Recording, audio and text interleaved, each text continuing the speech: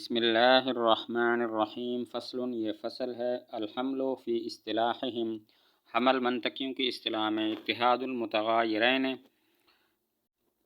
دو وجود کے لحاظ سے اتحاد المتغایرین فی المفہوم، متحد ہونا ایسی دو چیزوں کا جو مفہوم میں متغیر ہوں، بحسب الوجود، وجود کے لحاظ سے متحد ہونا۔ ففی قول کا، پس تیرے اس قول زید کاتب اور عمر شاعر میں، مفہوم زید، زید کا مفہوم مغایر لمفہوم کاتب، کاتب کے مفہوم کے مغایر ہے، لیکنہما موجودان، لیکن وہ دونوں موجود ہیں، بوجود واحد، ایک وجود کے ساتھ۔ وکذا مفہوم عمر و شاعر، اسی طرح عمر اور شاعر کا مفہوم متغایر ہے۔ وقد اتحدا فی الوجود، اور تحقیق متحد ہیں وجود میں۔ حمل کا لغوی معنی ہے لادنا، اور اس کا اصطلاحی معنی ہے دو متغیر فی المفہوم چیزوں کا وجود کے لحاظ سے متحد ہونا، یعنی مفہوم الگ الگ ہو، وجود دونوں کا ایک ہو۔ جیسے زید کاتب، اس میں زید اور کاتب کا مفہوم الگ الگ ہے لیکن وجود ایک ہے، دونوں ایک چیز ہیں۔ عمر شاعر، اس میں عمر اور شاعر کا مفہوم الگ الگ ہے لیکن دونوں کا وجود ایک ہے۔ تو حمل کا لغوی معنی ہے لادنا، اور اس کا اصطلاحی معنی ہے دو متغیر فی المفہوم چیزوں کا وجود کے لحاظ سے متحد ہونا۔ جیسے زید کاتب، اس میں زید اور کاتب کا مفہوم الگ الگ ہے لیکن وجود ایک ہے۔ عمر شاعر، اس میں عمر اور شاعر کا مفہوم الگ الگ ہے لیکن وجود ایک ہے۔ ثم الحمل علی قسمین، پھر حمل دو قسم پر ہے، لأنہ ان کانا، اس لیے کہ اگر وہ ہو، بواسطۃ فی او ذا او اللام، فی یا ذا یا لام کے واسطہ سے، کما فی قولی کا، جیسے تیرے اس قول میں زید فی الدار، زید گھر میں ہے، المال لزید، مال زید کا ہے، وخالد ذو مال، اور خالد مال والا ہے۔ یسمی الحمل بالاشتقاق، یسمی الحمل بالاشتقاق، تو حمل کا نام رکھا جاتا ہے حمل بالاشتقاق۔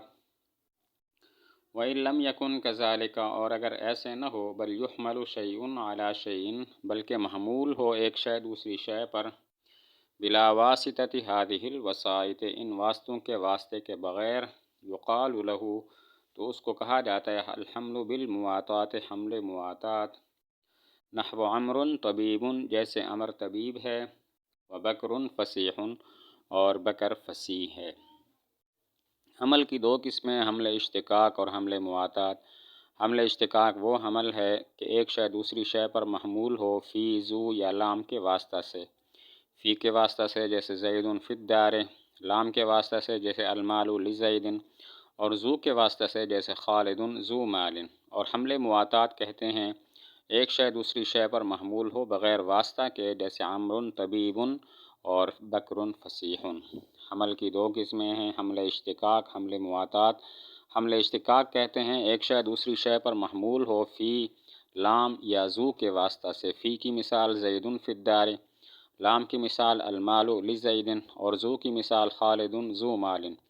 اور حمل مواتات کہتے ہیں ایک شے دوسری شے پر محمول ہو بغیر کسی واسطہ کے، جیسے عمر طبیب اور بکر فصیح۔ اس میں طبیب اور فصیح کا جو حمل ہو رہا ہے عمر اور بکر پر، یہ بغیر کسی واسطہ کے ہے۔ فصل، یہ ایک فصل ہے، تقسیم آخر للحملیت، دوسری تقسیم ہے قضیہ حملیہ کی۔ موضوع الحملیت، حملیہ کا موضوع، ان کان موجودا فی الخارج، اگر خارج میں موجود ہو، وکان الحکم فیہا، اور اس میں حکم ہو، باعتبار تحقق الموضوع، باعتبار موضوع کے تحقق کے، ووجود ہی فی الخارج، اور اس کے خارج میں موجود ہونے کے، کانت القضیۃ خارجیۃ، تو ہوتا ہے قضیہ خارجیہ، جیسے الانسان کاتب۔ وَإِنْ كَانَ مَوْجُودًا، اور اگر وہ موجود ہو، فی الذہن، ذہن میں، وَكَانَ الْحُكْمُ، اور حکم ہو، باعتبار خصوص وجود ہی فی الذہن، باعتبار اس کے ذہن میں خصوصیت وجود کے اعتبار، باعتبار اس کے ذہن میں خصوص وجود کے، کانت ذہنیتاً، تو وہ ذہنیہ ہوتا ہے، جیسے الانسان کلی، انسان کلی ہے۔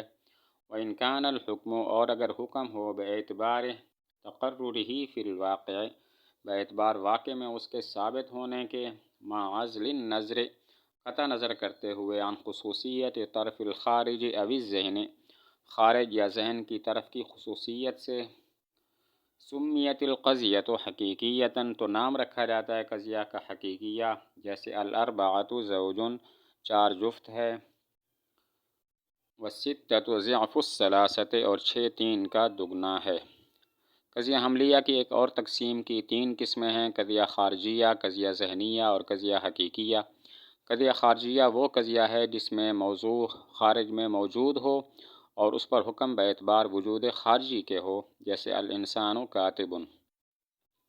قضیہ ذہنیہ وہ ہے کہ جس میں موضوع ذہن میں موجود ہو اور اس پر حکم باعتبار وجود ذہنی کے ہو، جیسے الانسان کلی۔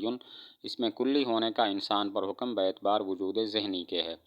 اور قضیہ حقیقیہ وہ ہے کہ جس کے میں حکم باعتبار نفس الامر کے ہو، قطع نظر کرتے ہوئے وجود خارجی اور وجود ذہنی کے، جیسے الاربعۃ زوج، 4 جفت ہے، والستۃ ضعف الثلاثۃ، اور 6 3 کا دگنا ہے۔ قضیہ حملیہ کی ایک اور تقسیم 3 قسمیں ہیں: قضیہ خارجیہ، قضیہ ذہنیہ اور قضیہ حقیقیہ۔ قضیہ خارجیہ وہ قضیہ ہے جس میں موضوع خارج میں موجود ہو اور اس پر حکم باعتبار وجود خارجی کے ہو، جیسے الانسان کاتب۔ اس میں کاتب کا جو انسان پر حکم ہے وجود خارجی کے لحاظ سے ہے۔ اور قضیہ ذہنیہ وہ قضیہ ہے کہ جس میں موضوع ذہن میں ہو اور اس پر حکم باعتبار وجود ذہنی کے ہو، جیسے الانسان کلی۔ اس میں کلی کا جو انسان پر حکم ہے وہ ذہن کے اعتبار سے ہے۔ اور قضیہ حقیقیہ وہ ہے کہ جس میں حکم باعتبار نفس الامر کے ہو، قطع نظر کرتے ہوئے وجود خارجی اور وجود ذہنی کے، جیسے الاربعۃ زوج، 4 جفت ہے، والستۃ ضعف الثلاثۃ، اور 6 3 کا دگنا ہے۔